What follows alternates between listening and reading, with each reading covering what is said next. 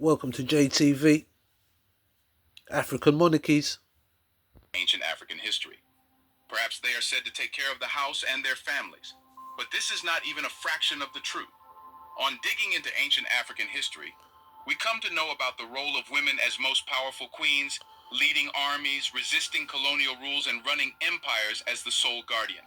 Pay attention, because when they were queens, it did not mean being the wife of the king, but being the only possessor of supreme power. But who are these women? When did they live, and what role do they play? Welcome to a new episode of Black Culture Diary. A role in ancient African civilizations will be changed. Let's get started. Number 1. Queen Ranavalona I. In 1828, Queen Ranavalona I became the ruler of the Kingdom of Madagascar after her husband and cousin, Radamavers, passed away. She held the position of queen for an impressive 33 years. During her reign, she implemented a policy of isolating her kingdom from European powers and promoting self-sufficiency. This is quite unbelievable, because countries are following these policies to this day. She wanted to reduce economic and political dependencies on foreign nations. Not only that, but she knew how to resist and defend her kingdom. In 1832, she successfully defended her territory against a French attack on the coastal town of Foul Point. To maintain her independence, Queen Ranavalona also banned the practice of Christianity among the Malagasy population, which resulted in most foreigners leaving Madagascar within a year. On August 16, 1861, Queen Ranavalona peacefully passed away in her sleep.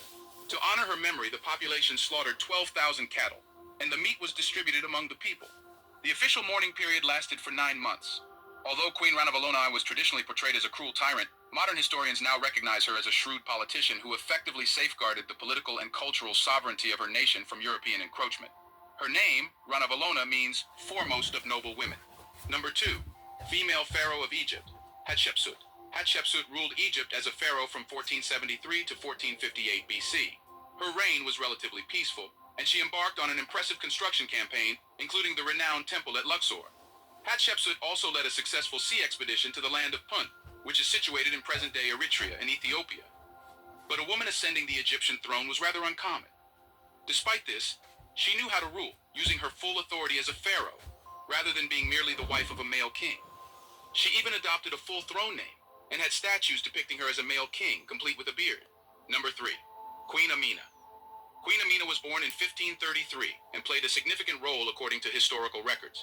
Her mother, Queen Bakwa Turunku, reigned over Zaria, which is now a major city in present-day Kaduna State, northern Nigeria. It should be noted that Amina's family was prosperous due to their involvement in trade, and she developed her military skills by serving with the Zaz-Zao cavalry. Yes, this is what women were capable of doing even hundreds of years ago in Africa. Amina's exceptional abilities and noble lineage led her to become the leader of the Zaz-Zao cavalry, earning wealth and numerous military honors. But when Amina assumed the throne of Zaz-Zao, she had already established herself as a formidable warrior, earning the respect of the kingdom's military. During her reign, it was believed that gender did not limit a person's potential for holding positions of power, and Amina exemplified this belief. Shortly after becoming queen, she led her first military charge, and for the majority of her 34-year reign, she expanded her kingdom with an army of 20,000 men. Amina aimed to conquer several neighboring cities such as Kano and Katsina, ensuring prosperity for Zaz-Zao through her conquests. Before we continue further, tell us, are you enjoying and subscribe to our channel to watch? Number 4. Candace Amanirenas. The title Candace or Candace was given by Europeans to queens or empresses of Ethiopia. These women were often regarded as wives of the gods or even as living gods themselves. And the story of Candace Amanirenas remains prominent despite some later historical uncertainties. According to legend, when King Alexander the Great sought to conquer her land in 332 BC, Amanirenas strategically organized her army and confronted him while riding a war elephant. After assessing the strength of her armies, Alexander chose to withdraw from Nubia and turned his attention toward Egypt instead. This single event proves how brave Amanirenas was, and how she led a powerful army that could resist all attacks. Number 5. Queen Nzinga of Angola. Queen Nzinga is widely recognized as one of Africa's most respected female rulers who bravely fought against European colonization. Together with her ally Bandi, she waged an unwavering war against the Portuguese in Angola for an impressive 4 decades, from the 1620s to the 1660s. Doing a feat like that for a queen was rather remarkable, because during that time, many local kingdoms had already surrendered. Life was unmatched in her skills as a negotiator and military strategist. She played a crucial role in significantly limiting the Portuguese colony in Luanda, which is present-day Angola, to a small area. It should be noted that Nzinga had 3 main policy objectives. First, she aimed to end the conflict between the Portuguese and her people. which devastated the plateau of Luanda. Second, she sought diplomatic recognition from the Portuguese, similar to what had been granted to the Kingdom of Congo. Lastly, Nzinga aimed to establish a mutually beneficial and prosperous trading relationship between Luanda and European powers. Impressively, formulating such policies and getting them followed was truly phenomenal. Number 6. Queen Makeda. Now let's turn our attention to ancient Ethiopia, a nation that emerged around 960 BC, ruled by majestic Queen Makeda, better known as the Queen of Sheba. According to legend, she was the beloved of King Solomon of Judea and renowned for her beauty and power. In the Old Testament of the Holy Bible, she is portrayed as a chaste and unnamed queen from the land of Sheba, who embarked on a journey to Israel to test King Solomon's wisdom with difficult questions. The queen was deeply impressed by Solomon's great wisdom and wealth, and she offered blessings to Solomon's deity. As the queen returned to her country, Makeda brought back a vast wealth, including 4.5 tons of gold, symbolizing her immense power and riches. She really was a beautiful and influential black woman who converted to Judaism out of love for Solomon. It is believed that she and Solomon had a son named Menelik I, who later became the first emperor of Ethiopia and established the Solomonic dynasty. Number 7. Queen Yargoje. Queen Yargoje ruled Zamfara for 40 years from 1310 to 1350, which is in the present-day northwest Nigeria. She expanded and relocated the capital of the kingdom from Dusay to a strategically defensible area called Kwarinbani. This simple yet shrewd act shows how genius she was. She was the first daughter of Daka, the 5th king of Zamfara, held the title of queen, and also served as the head of the brewery court. This court represented a pre-Islamic mode of worship in parts of Hausa land. During her reign, female chiefs were appointed for the first time in the kingdom. Queen Yargoji surrounded herself with these female chiefs, who were previously unknown. Notably, her reign was characterized by peace, prosperity, and remarkable achievements. Number 8. Queen Poku. Shifting our focus to the 18th century, we encounter Queen Poku, an Ashanti ruler of the Bal people. Queen Poku was born between 1700 and 1720 into the royal family of the powerful Ose Tutu, the founder of the Ashanti kingdom. In the Ashanti succession, the mother's identity held more significance than the father's, since the throne followed a matrilineal system. Poku's importance for succession lay in the fact that the royal heir had to be a child of the king's sister or niece. Queen Poku eventually made the difficult decision to leave Kumasi and establish a new kingdom. She invited other Ashanti families who desired to leave to join her. Together, they embarked on a westward journey, facing treacherous terrains, dangerous animals, and illnesses. After months of challenging travel, they arrived at the banks of the Komo River. Faced with a wide and impassable torrent, with no shallow crossings or places for canoes, Poku and her followers believed they had to make a sacrifice to appease the river spirits. Initially considering sacrificing a sick woman and her baby, Poku ultimately decided that nothing less than her own son would satisfy the river spirit. With a heavy heart, she threw her only child into the waters of the Komo. This event showed how she could lead and sacrifice everything in her power. Number 9. Queen Nefertiti. Nefertiti was married to Pharaoh Akhenaten and reigned alongside him from around 1353 to 1336 BC. She is famously known for her beauty, which is what her name signifies. Nefertiti and Akhenaten established the court of Aton, a place of worship dedicated to the sun god. They also promoted a new and distinct style of Egyptian art that differed greatly from previous artistic traditions. But Nefertiti holds a special place in Egyptian history and is considered an iconic symbol of the country. She was often referred to as the ruler of the Nile and was believed to have divine ancestry, being seen as a daughter of the gods. Therefore, Nefertiti wielded immense power and is thought to have held a status equal to that of the pharaoh himself. Alongside her husband, she participated in the worship of Aton and held the revered position of a priest attending to the god. This elevated status is highlighted in depictions of her on temple walls, where she is often portrayed as the same size as the pharaoh himself. However, after 12 years of prominence, Nefertiti mysteriously disappears from historical records, leaving behind unanswered questions and fueling speculation and debates regarding the circumstances of her vanishing. Number 10. Queen Idia. Queen Idia was the mother of Esigie, who became the influential king of Benin from 1504 to 1550 in what is now southern Nigeria. It's less known that Queen Idia played a pivotal role in her son's ascent to power and actively supported him during his reign. Perhaps without her, he would have never gotten the throne. Not only that, but Idia was renowned for her remarkable warrior skills and fought relentlessly before and during Esigie's rule. When her husband, Oba Ozolua, passed away, leaving behind 2 powerful sons contending for the throne, Esigie controlled Benin City, while another son, Arwan, held influence in the important city of Udo, located about 30 kilometers away. Idia rallied an army to support Esigie in the region of Unwam, near the Ose River. leading to the defeat of Arouan and securing Esigia's position as the 16th king of the Benin Kingdom. Subsequently, the Never Sendagala people launched a campaign to regain control of Benin's northern territories. With Queen Idia's support and her knowledge of medicinal practices, she played a vital role in achieving victories for the kingdom. In recognition of her significant contributions, Idia became the first queen mother of Benin, holding the esteemed title of Iyo Oba. Esigi built a palace specifically for her as a queen mother. Did you earlier know about these African queens who held supreme powers? Do you know about any non-African sovereign woman who could be parallel to these African queens? Well, the answer to the last question, I must admit, he comprised a video of quite a few names I've not heard of. Quite a few names. Such a vast history, Africa. Nonetheless, that just shows how much information is on the continent. You know, it's got a rich history. So yeah, that was a great video. So thumbs up to that channel there. They're doing some good work, and I'm gonna find another one. See you in a minute. The Kingdom of Eswatini is one of the most poor countries in the world, but despite this, the ruler of land does not skimp on a luxurious life for his family.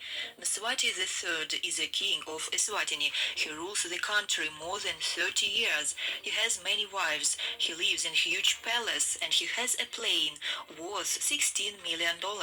How many wives does the king of Eswatini have? How rich is the Eswatini king? Is it truth that his daughter is a rap singer? And what is the lifestyle of the king? Let's look inside the life of a super rich African royal family. You are watching Wow. Eswatini is former Swaziland. It is a landlocked country in South Africa. It is one of the smallest countries in continent and one of the most poor in the world. Most of the people here work hard every day on the sugarcane plantations. Many residents are unemployment. 63% population can earn less than $1 a day. Sometimes they are forced to starve.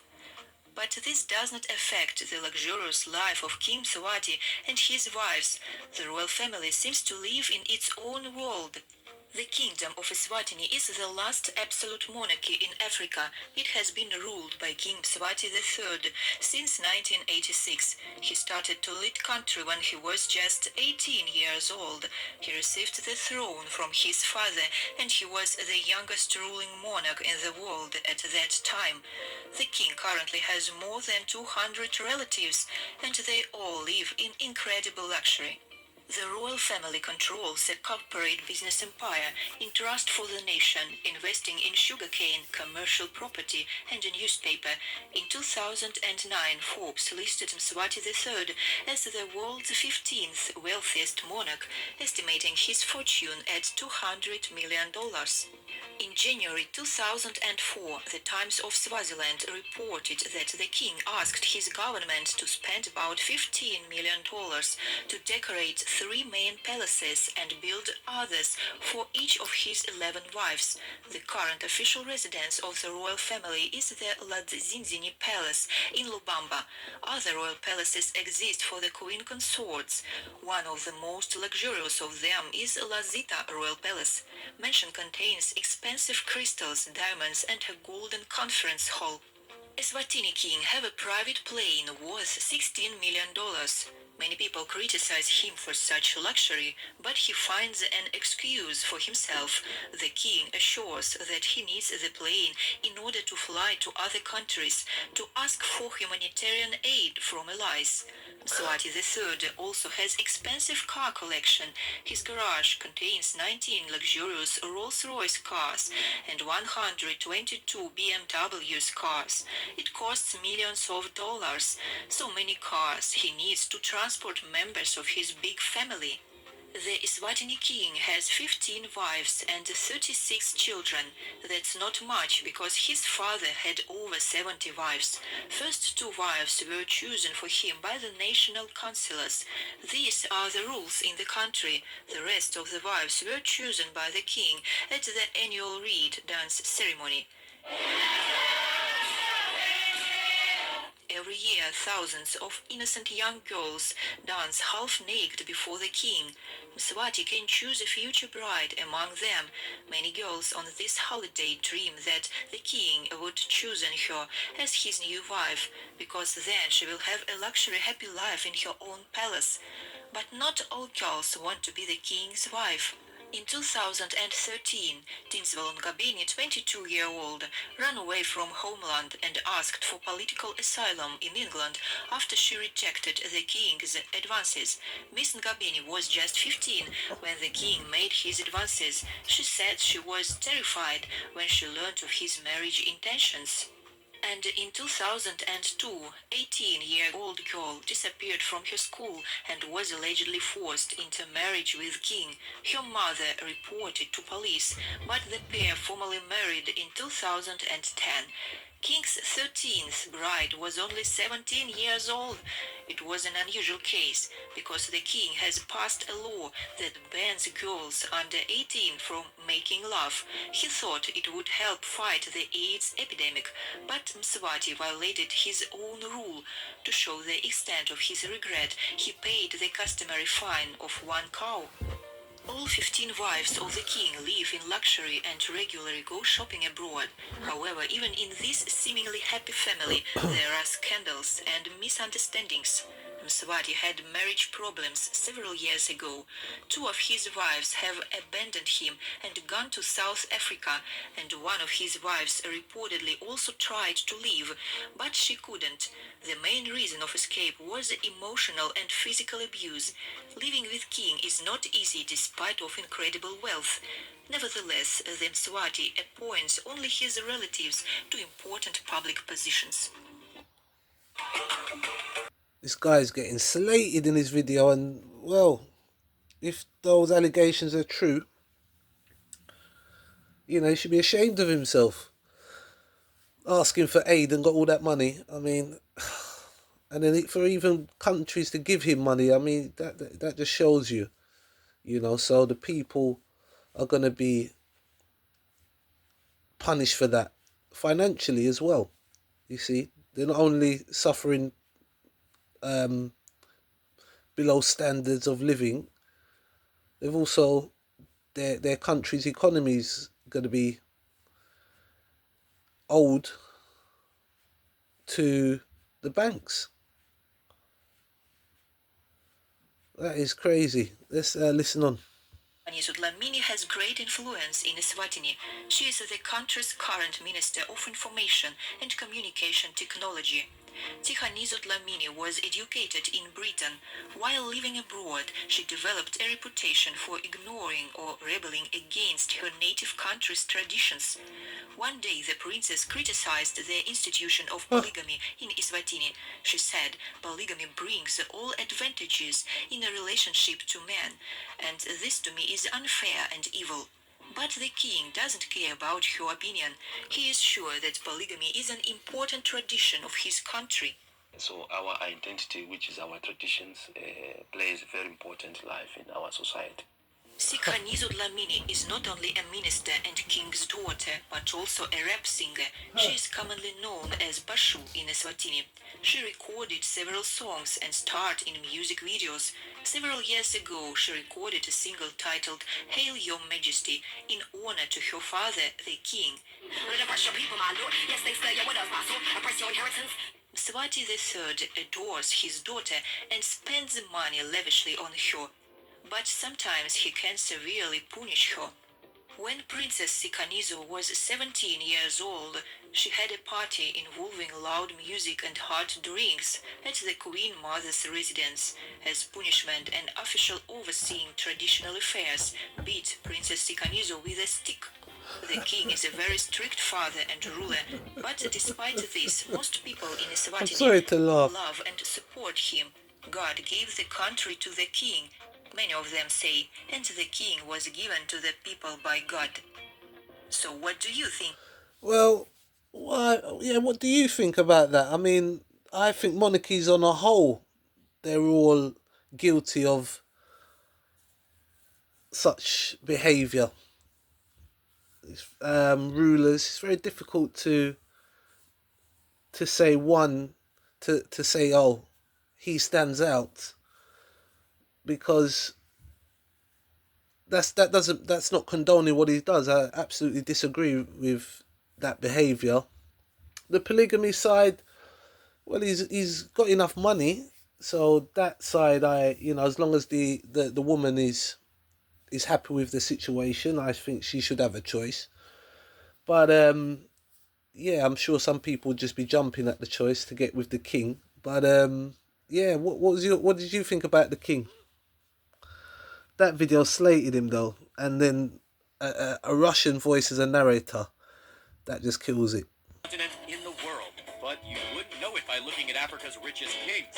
The rulers of countries like Morocco and Eswatini live fabulous lives filled with fast cars, yachts, and private jets. The wealth gap between Africa's richest monarchs and the people they rule is astronomical. The average per capita annual income in sub-Saharan Africa, excluding South Africa, is just $315. But traditional rulers in Ghana and Nigeria are worth millions. Africa's richest kings own vast swaths of land and oversee massive oil and gold reserves. Here's a look at the lives of Africa's 5 richest kings. Mohammed VI of Morocco is so rich that he makes all the other kings in Africa look like peasants. He has more money than he knows what to do with, and he is known for spending exorbitant amounts of cash. At the time of producing this video, his net worth stood at a staggering $8 billion. Not only is he the richest king in Africa, he's also one of the richest monarchs, period. So how did he get to be so rich? Well, for starters, he's in charge of the Moroccan holding company Al Mada, also known as SNI. The massive conglomerate holds stakes in banking companies, mining companies, and telecoms. The private investment fund is worth about $43 billion, and its annual revenue is approximately $3.7 billion. King Mohammed uses those hefty dividend checks to splurge. His most prized possession is his $103 million sailing yacht known simply as Modest One. Let me tell you, yachts don't get much more elegant than this. The 70-meter Perini-built yacht is clean, modern, and sleek. Just picture this magnificent vessel setting sail at Casablanca, cruising along the coast to the French Riviera. There's no doubt that's how the king likes to spend his free time. When the king isn't meeting with dignitaries, he's working out in the yacht's gym or relaxing in the stunning master cabin. The master cabin comes complete with titanium ceiling and walls that feature intricate woodworking. The Modest One isn't the only yacht in the king's collection. He also owns a 62-meter refurbished schooner called El Bogaz. Hey, it's always nice to have an extra yacht just in case. When the king travels the globe to meet with world leaders, he does so in style. He owns a Boeing 737 BBJ worth about $90 million. You didn't expect one of the richest monarchs in the world to fly coach, did you? As traditional ruler of the Upo Kingdom, Obateru commands a lot of respect. It's not just because he's powerful, it's also because he's incredibly rich. At the time of producing this video, Obateru had a net worth of $300 million. That's a whole lot of dough. Oil, which is one of Nigeria's largest privately held oil companies. It's no gas stations across Nigeria. The oil flows from the pumps and the cash flows into Obateru's pockets. $4.7 billion worth of oil and gas annually, so we don't expect Obateru to go broke anytime soon. To buy expensive toys like a custom-built 2012 Rolls-Royce and a 2014 Bentley. Obateru also has an impressive watch collection to go along with his fabulous car collection. He once reportedly bragged, "I have a $1 million watch. I use the same type of car like the Queen of England." Even more impressive is Obateru's real estate portfolio. He owns prime commercial residential real estate in both London and Nigeria. The king owns Bebson Hotel and Bebson Mall, which are both located in downtown Abuja. You've probably never even heard of Eswatini, but perhaps you know the country's previous name, Swaziland. The name was changed by the country's current ruler, King Swati III. He's extremely powerful and incredibly rich. The citizens of Eswatini are by and large very poor, but Swati has a fortune worth $200 billion. He also controls a trust worth about $10 billion. He spends most of that money on himself and his large extended family. The king's massive car collection includes a $450,000 Rolls-Royce Phantom and $214,000 Bentley Flying Spur. a $156,000 BMW 760 Li, and a $335,350 Rolls-Royce Cullinan. King Swati has 11 wives. Yes, you heard that correctly, and they're all showered with lavish gifts. Back in 2014, the king shelled out $15 million to build new palaces for each of his wives. He didn't just hire any old interior decorator either. The new palaces were reportedly decorated by one of his girlfriends. When King Swati meets dignitaries around the globe, he flies in his $20 million McDonnell Douglas MD-87 or his $16 million Airbus A340-300. Swati has more than just cash. His real estate portfolio is jaw-dropping. He actually owns 60% of Eswatini's land, which makes him the largest landowner in all of Africa. King Misuzulu's rise to power was anything but ordinary. Quite the opposite, actually. The death of his father, King Goodwill Zwelithini, was a total shock. And the death of his mother, Queen Manfombi Dlamini, was also totally unexpected. His mother died just 1 month after his father, so she didn't even have time to appoint Misuzulu to the throne. Despite the tragedy, Misuzulu was still named king of the Zulu nation. Along with the power came an incredible fortune. At the time of producing this video, he has a net worth of $20 million. As king, Misuzulu oversees a $6 million royal household budget, which is given to the Zulu nation every year by the South African government. Little is known about his spending habits, but he's so rich that he can basically buy whatever he wants. We do know that his father had an impressive car collection, so it's likely that Misuzulu inherited the expensive autos. Misuzulu also reportedly received a top-notch and expensive education overseas. Osei Tutu II is the traditional ruler of Ghana's gold-rich Ashanti kingdom, and at the time of producing this video, he had a net worth of $10 million. He owns real estate all over Ghana and South Africa, but it's his bling that sets him apart from other kings. As king, he owns the Golden Stool and a wide array of gold rings and bracelets. He is almost never seen in public without a gold headband. Every year, a lavish gala called Aquaside is held in his honor. Guests line up to kiss his golden rings, which are so heavy that his handlers have to help him lift his arms. Can you imagine? Honestly, that sounds like a really good problem to have. Here's an interesting fact. Did you know that Osei Tutu once had some of his crown jewels stolen right from under his nose? The valuable Ashanti heirlooms were stolen while the king was attending a conference in Norway. Thieves nicked the priceless jewels from the king's hotel room, but he wasn't too upset. He said it was not such a big deal, as the thieves only got away with some rings and headgear. That's insane wealth.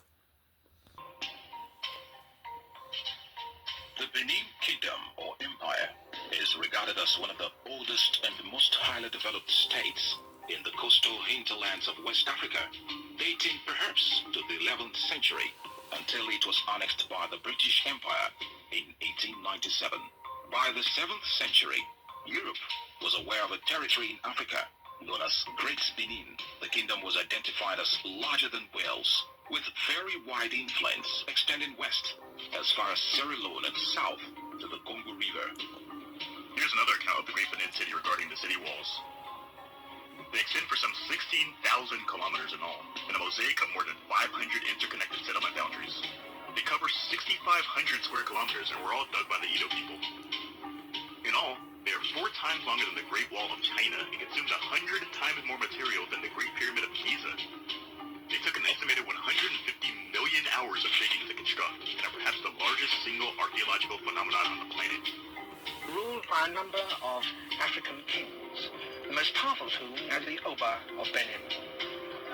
The first Portuguese visitors had brought back many stories of the Oba's military might, and thought him so powerful that they took back an ambassador to Lisbon to be received by the King of Portugal.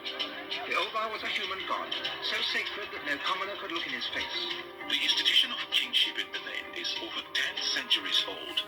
The British government, which was concerned with neither romance nor scholarship, put the loot on sale in order to defray the cost of the expedition to the taxpayer. And today, the treasure of Benin is dispersed among museums and collections all over the world. In Britain and America, Germany, Russia, Switzerland, Sweden, France, and Australia.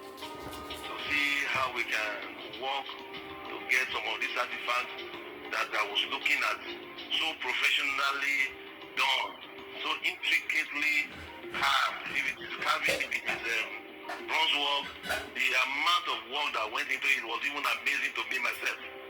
And they were all out there in private collectors' homes. Some of our artifacts, some students, Cambridge University, some students got together that they should return the work, formed a group called the Benin Dialogue Group. We thought we should establish Palace Museum here.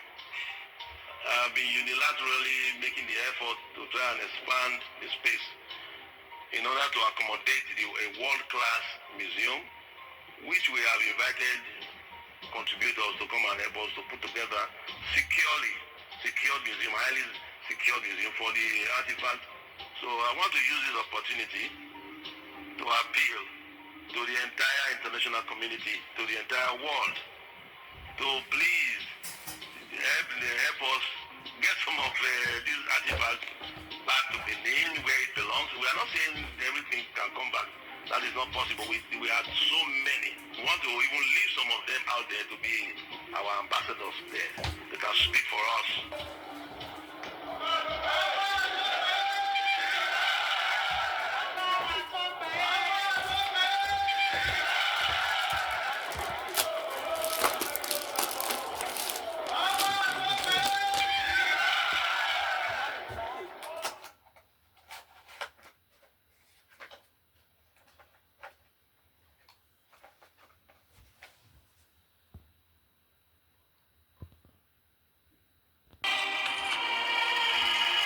A few dynasties on this chart that we've already covered in previous videos.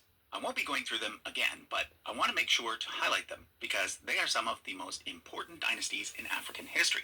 Of course, there's the Solomonic dynasty from Ethiopia, which started in 1270 with Yakuno Amlak, but is said to go all the way back to King Solomon. It lasted for over 700 years, all the way to Emperor Haile Selassie, who reigned for much of the 20th century. Like I said, we've already covered the Solomonic family tree in a previous video, so I'll just link to that in the description. Then there's the Khita dynasty, which ruled the Mali Empire during the Middle Ages, and which includes the famous emperor Mansa Musa, who is generally considered to have been the richest person in all of human history. Then there's also the Zulu and Swazi dynasties from southern Africa, and the Alawite dynasty from Morocco in northern Africa. We've covered all of these family trees in previous videos, so I'll leave links to those as well. Okay, so let's now look at some new dynasties. I want to start with the House of Oduduwa from what is today Nigeria. It starts with the legendary founder of the Yoruba people, a divine king named Oduduwa. His dynasty rose to prominence with a king named Eware, who ruled from the city of Benin from 1440 to 1473. During his reign, the power of the Oba, which means king, greatly increased, and Benin expanded its territory, becoming what could be considered a small empire, complete with the kind of political structures needed to rule a diverse population. He was followed by 3 sons, the last of which was Azulua, who further expanded the empire. Azulua was then succeeded by his son, Asigi, who was assisted by his mother, Queen Idia, who is remembered as a great warrior and leader. Azulua and Idia's line can be traced all the way to today in modern-day Nigeria, where one of their descendants is still reigning as the Oba of Benin, although nowadays this is merely a ceremonial title. There are also several other ceremonial Obas in Nigeria who trace their line all the way back to Oduduwa as well, including the Oba of Ile-Ife and the Oba of Lagos. Now, other than the King of Morocco and the King of Eswatini, the only other official monarch in Africa is King Letsi III of Lesotho. He is a descendant of King Moshosho I, who established the Kingdom of Lesotho in what was then part of the British Cape Colony. But whereas most of the Cape Colony eventually became the Republic of South Africa, Lesotho remained separate and, upon independence, decided to keep its monarchy. One of the smallest dynasties on the chart is actually not a dynasty at all. It's the House of Bokassa, and it includes just one person, Bokassa I, who was a military dictator who crowned himself as emperor of the short-lived Central African Empire in the 1970s. I was pleased to see that the chart also includes the House of Marina, which reigned over the Kingdom of Madagascar during the 19th century. It starts with King Radama I, who was succeeded by his wife, Queen Ranavalona I. Now, interestingly, she was followed by her son, Radama II, who was officially the son of Radama I, but was actually the son of a high-ranking official, who the queen had appointed to be her prime minister. But things get even more tangled after this. Radama II was assassinated and replaced by one of his wives, Queen Rasoherina, and then after her death by one of his other wives, Queen Ranavalona II. Then, when she died, the throne went to yet another queen, this time a niece of the former queen. All three of these queens in succession ended up marrying the same man, who also happened to be the prime minister. So it's not hard to guess who was the power behind the throne during this entire period. Anyhow, the kingdom came to an end in 1897, when it became a colony of the French. At this point, the queen was exiled to Reunion Island, and then later to Algeria. God. Let's now move back to Central Africa and discuss the Luceni dynasty from the Kingdom of Congo. The dynasty's name comes from the founder of the kingdom, Luceni, who reigned from approximately 1390 to 1420. You can see here that he and his successors held the title Mani Congo, which in the Congo language means something like Lord of the Mountain. The person from this dynasty that we know the most about is Afonso I. This is because he left behind lots of very long letters addressed to the kings of Portugal, written in Portuguese. He converted his kingdom to Roman Catholicism, which is why he and all the subsequent Mani Congos have European names. But Afonso almost lost his chance to become king. He first had to fight against his anti-Catholic half-brother Mpanzu, who had the much larger army. According to legend, Afonso only won because 5 heavenly horsemen miraculously appeared in the sky, which is why the coat of arms of the Kingdom of Congo has 5 swords at the top. After Afonso's death, the kingdom was ruled by various different branches of the family, until eventually it fell apart due to civil war. However, interestingly, the dynasty ended up ruling a new territory, way over in Brazil, at least for a short period. This is because one of the members of the royal family, named Zumbi, was taken there as a slave, but then later escaped, helping to establish a large community of escaped slaves in a place called Palmeiras. Nowadays, Brazil has a holiday called Zumbi Day that celebrates the contributions of Afro-Brazilians. Also, nearby on the chart, you can see Changamayr Dombo, who founded the Rosvi Empire in what is today Zimbabwe. Let's now go to the top of the chart. There you can see the Dugawa dynasty, which ruled the Kanem Empire in what is today Chad. That dynasty was eventually replaced by the Islamic Safawa dynasty, who eventually moved their capital south, after which the empire became known as the Bornu Empire. Their descendants ruled in one form or another all the way until 1846. Earlier, I mentioned Mansa Musa and the Mali Empire. Well, the Mali Empire was the second of 3 great empires to rule in West Africa. The first was the Ghana Empire, and it was ruled by the Cisse dynasty. Not much is known about their family tree, which is why it's mostly empty here, but I'm glad that they were included on the chart, as they are one of the earliest imperial dynasties that we know of, south of the Sahara. The third great empire in Western Africa was the Songhai Empire, ruled first by the Sunni dynasty and then by the Askia dynasty. After the Songhai Empire, there were actually several other major states in West Africa, and there's 2 in particular that I want to point out. First, there was the Ashanti Empire, ruled by the Abohyan dynasty in what is today Ghana.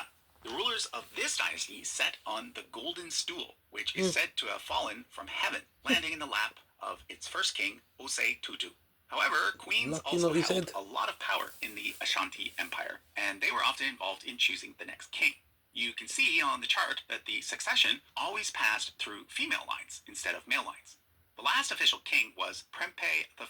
However, there is still a member of the dynasty that holds the title in a traditional sense, Osei Tutu II. To the west of the Ashanti Empire was the Sokoto Caliphate, ruled by the House of Fodio. It too no longer exists, but still has a traditional ruler, Sultan Sa'adu Abubakar, who serves as sort of a spiritual leader for Nigeria's Muslims. Okay, so most of the other dynasties on this chart are from North Africa, such as the earlier Moroccan dynasties, like the Almoravids, as well as the many Egyptian dynasties, from the Fatimids and Ayyubids to the much more recent Muhammad Ali dynasty. However, since this video is part of a collab called South of the Sahara, I'm not going to go through those ones in detail. So that was a look at this brand new chart, runner-up in our 2022 Reddit contest. If you want to buy a copy, you can head over to usefulcharts.com. I'll be sharing the proceeds with the creator, so it's a great way to support the person who put all the time and effort into making the chart. Be sure to also check out the playlist for the South of the Sahara project. Lots of history YouTubers were involved, including several that focus exclusively on African history. So, if African history is your thing, you definitely don't want to miss it. Thanks for watching.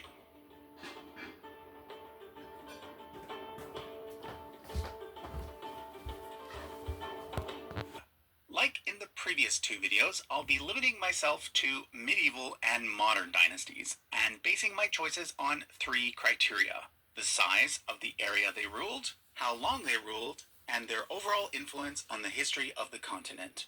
And once again, I looked to some other history YouTubers for help. This time, 3 channels that focus exclusively on African history. First of all, I watched a called Top 10 Royal Dynasties of Africa, and I considered his choices. However, I also contacted Jabari over on the channel From Nothing. He has an active Discord server full of people interested in African history, so we got his subscribers to vote on their top picks as well. Finally, I contacted up-and-coming African history YouTuber Hidden History and asked him to provide me with his own top 10 list. By combining the rankings from these 3 channels, I was able to come up with a definitive list of the 10 greatest royal houses from Africa. Of European descent, the Zulus are pretty much the only sub-Saharan African dynasty they've ever heard of. For example, back when I first started university, I used to play the video game Civilization. Now, I'm actually a lot older than many of my subscribers, so I'm not talking about Civ 5 or Civ 6 here. I'm actually talking about Civilization version 1.0. Anyway, in that original game, the only African dynasty you could play, other than the Egyptians of course, was the Zulus. This is actually kind of strange because the Zulu Empire was by no means the greatest empire that sub-Saharan Africa has ever produced. I mean, yes, they did develop some unique military strategies which allowed them to conquer a bunch of nearby tribes and reshape society in their region. And yes, they are notable in that they scored several major victories against the Boers and the British. But I feel like they are mostly remembered because they show up in European history books, not because they were a key player in the whole of African history. That said, I think they do deserve a spot in the top 10, so here they are.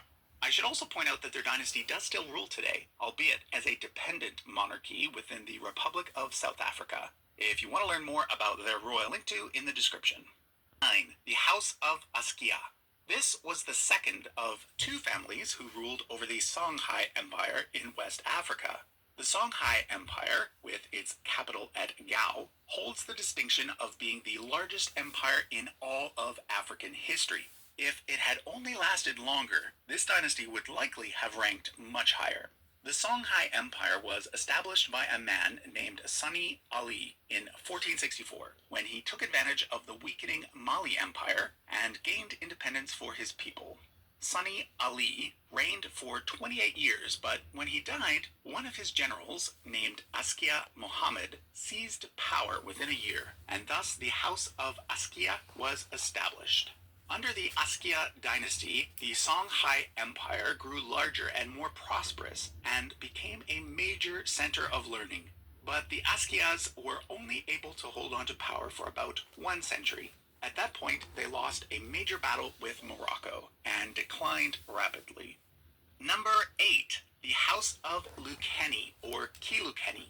We now go from the largest empire to one of the smallest kingdoms, the Kingdom of Congo. But don't let its small land area fool you. At the beginning of the modern period, the Kingdom of Congo was one of the most centralized and highly developed states in sub-Saharan Africa, and it housed a population of about 500,000 people. It was founded by a man named Luceni Luanimi, and his Kanda, or family, ended up ruling the kingdom for its first 177 years. They developed the state into the main trading hub in Central Africa, and therefore when the Portuguese arrived, it was one of the main kingdoms that the Europeans traded with.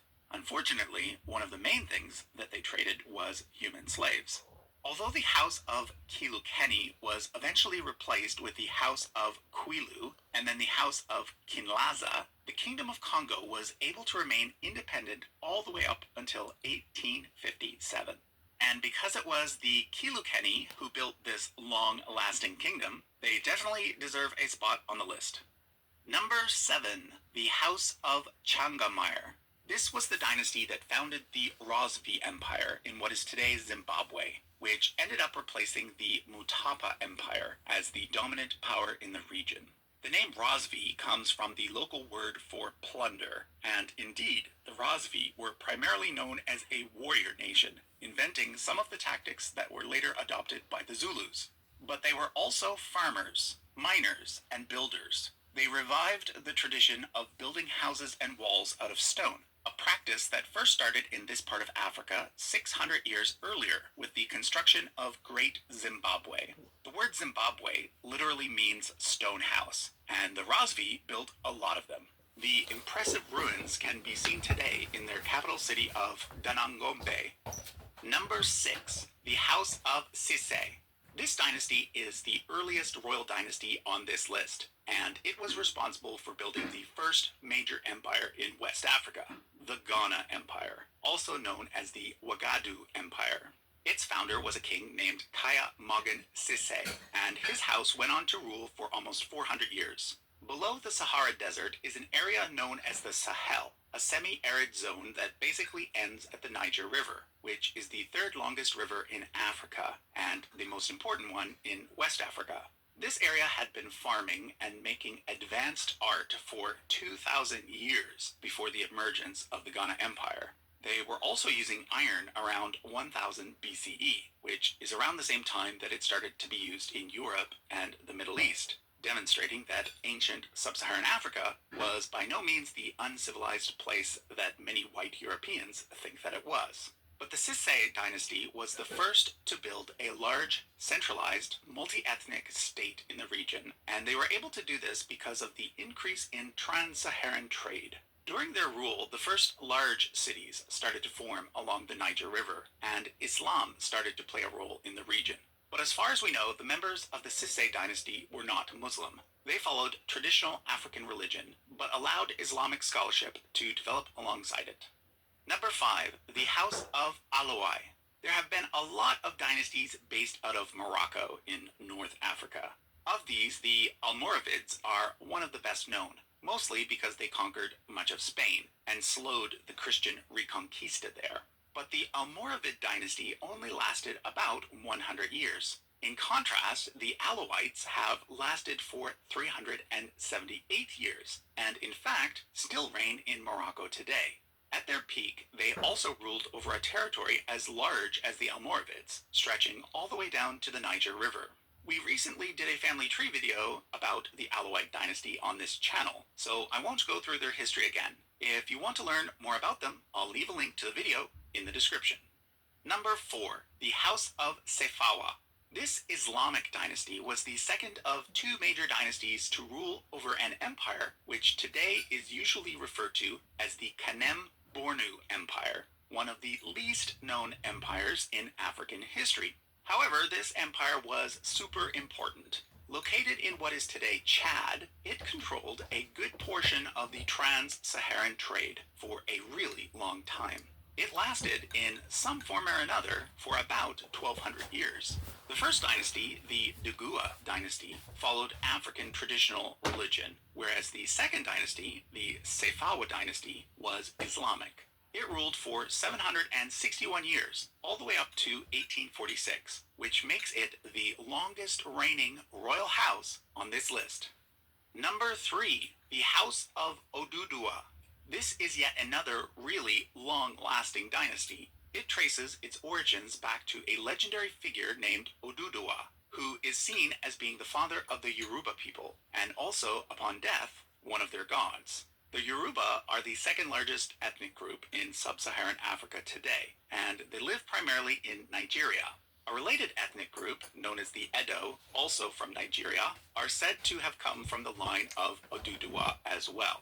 According to legend, Oduduwa and his son Ogun both had an affair with a woman named Lakange, who gave birth to a child named Uranmiyan. Uranmiyan was thus either the last son of Oduduwa or his grandson. Either way, Uranmiyan ended up being Oduduwa's most important descendant, for it was he who established the kingdom of Benin, also known as the kingdom of Edo, which lasted for about 600 years and was continuously ruled by Uranmiyan's line.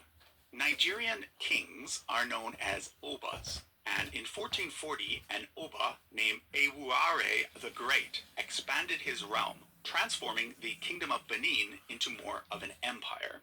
That empire lasted until 1897, when it was taken over by the British. However, the line of rulers still exists, and nowadays the Oba of Benin serves as the traditional ruler of the Edo people within the Federal Republic of Nigeria, the current Oba being Ewuare II.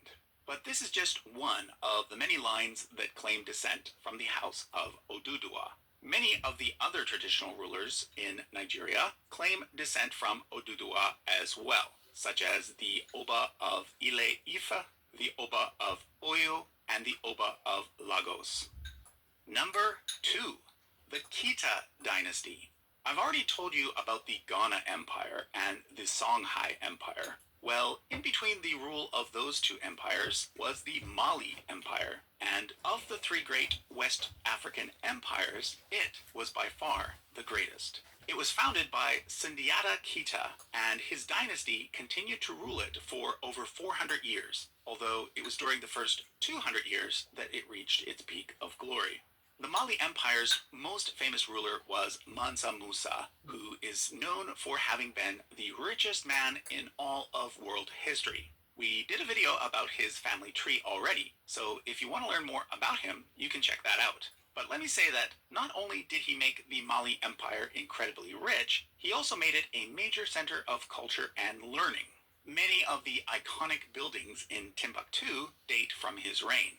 I'll also point out that although the Keita dynasty no longer reigns as monarchs, the family does still exist today, and several of its members have rose to prominence, such as Modibo Keita, the first president of modern Mali.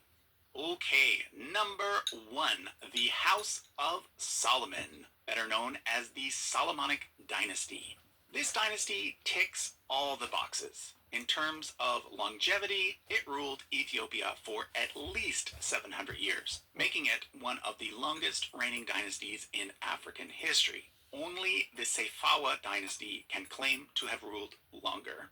Of course, if the traditional stories are believed, the dynasty has been around much longer. Yakunu Amlak, the founder of the modern dynasty, claimed to be a descendant of the ancient kings of Aksum, who in turn were supposedly the descendants of King Solomon. If true, that would make this dynasty about 3,000 years old. However, in my videos on the royal houses of Europe and Asia, I restricted myself to data that is considered to be historically verifiable. So I've done the same thing here, and that's why I've gone with 704 years rather than something longer. However, keep in mind that 704 years is still a really long time. In terms of size, again, the territory that the Solomonic dynasty ruled over was one of the largest in African history, coming in at 1.2 million square kilometers. Only the Songhai Empire was larger. Finally, when it comes to influence, this dynasty was extremely important when it comes to African history as a whole.